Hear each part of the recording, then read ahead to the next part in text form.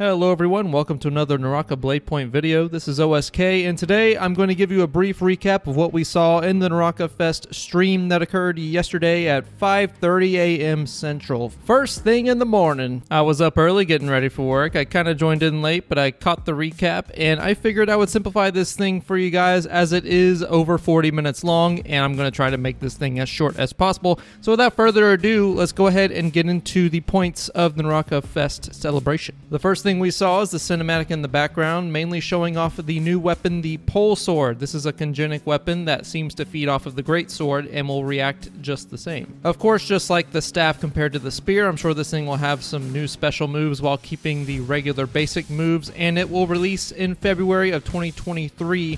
And you can see here that it's still in very early stages, so we have a lot to look forward to, a lot of development to do as well. Also, it's mentioned later on that we will be getting a lot more congenic weapons as they are relatively easy to make, but they don't want to make them too lazy. They still want to introduce more mechanics into the game, so think of this as a way of familiar power creep, so to speak, for some of these weapons. In fact, I wouldn't be surprised down the line if they removed some of the older weapons and replaced them with the congenic weapons as the power creep keeps going up. Might be a seasonal thing, who knows. The next reveal we had is for the new character coming out in just a week's time on December 22nd. That'll be the 21st for us here in the West late at night when the update is finished for next week. We get Faria Shin straight out the gate. Faria Shin seems to be a mix of Jinx from League of Legends and Diva from Overwatch as far as the concept for her character goes. And just like I said in my previous speculation video, her ultimate will be this giant mech that she spawns in from firing a flare from her pistol. While in the mech, she has dual swarms, which can be used to fire long-range projectiles, and she can also switch to this cannon mode, which can stagger players and even Vajra. Lots of long-range firepower with not much room for melee. In fact, the devs themselves envision her to be more of a mid to long-range support character for trios. She does possess weaknesses, however. The mech does have its own health pool, and she's also not completely protected. She's very weak at close range, and her ultimate allows just enough opening for a Vajra to grab her out of the mech.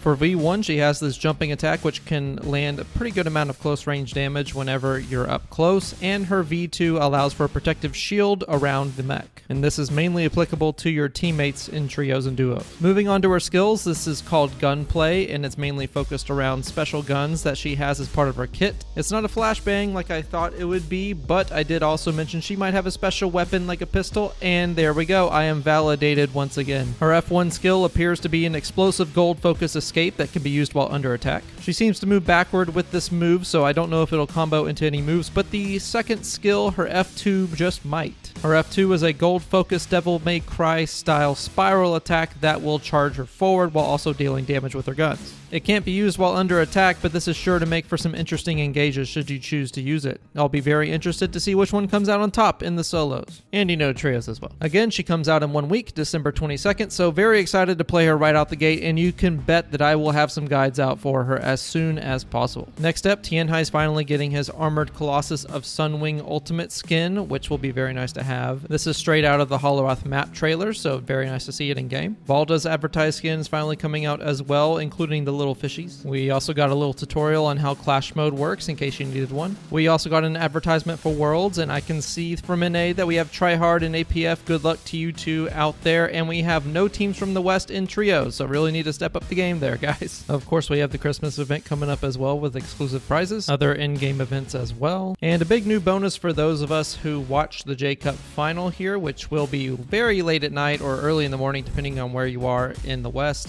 But we will get some exclusive spear banners, so if you want that, make sure you're watching the stream and are linking your account. But beyond that, we are getting a new showdown chapter. This is going to be chapter 3 for Yushan Ruins. It involves a story involving Justina Gu and Viper Ning, and we'll be facing against Viper's mother. That's right. This is a little bit of matricide going on here in Naraka Bladepoint, so hope you enjoy it. Apparently Viper's mask gets knocked off, so maybe we'll see what her eyes look like. And speaking of blindfolds, I've been calling this since over a year ago, since the release of Naraka Bladepoint when they announced crossover events. I am so glad to see that Nier Automata and Nier Replicant, the entire Nier series, all 2 of the games, are getting a crossover event within Naraka.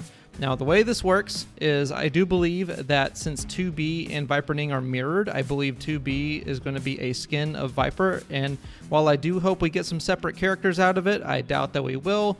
And if the goal here is to have skins of multiple characters, they do mention that we could have multiple characters or weapon skins, and I would imagine that 2B's giant swords are going to be in the great sword skin and the long sword skin at the very least.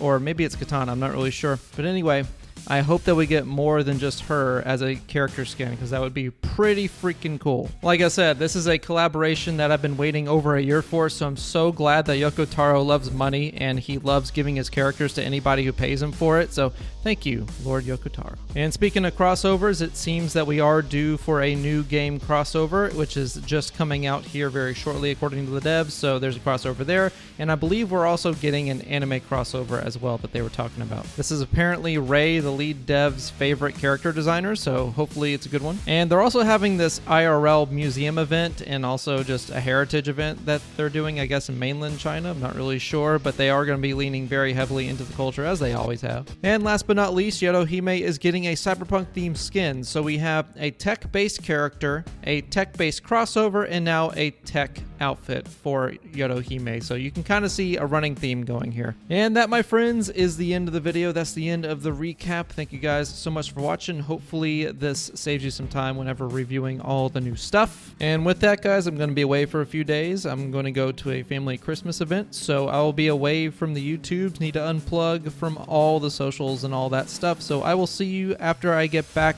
hopefully covering Feria Shin with a new guide. Or actually, I guess we'll have patch notes first. But anyway, guys, that's all for me today. I've been OSK. Y'all have a great rest of your weekend, and I will see you in the next one.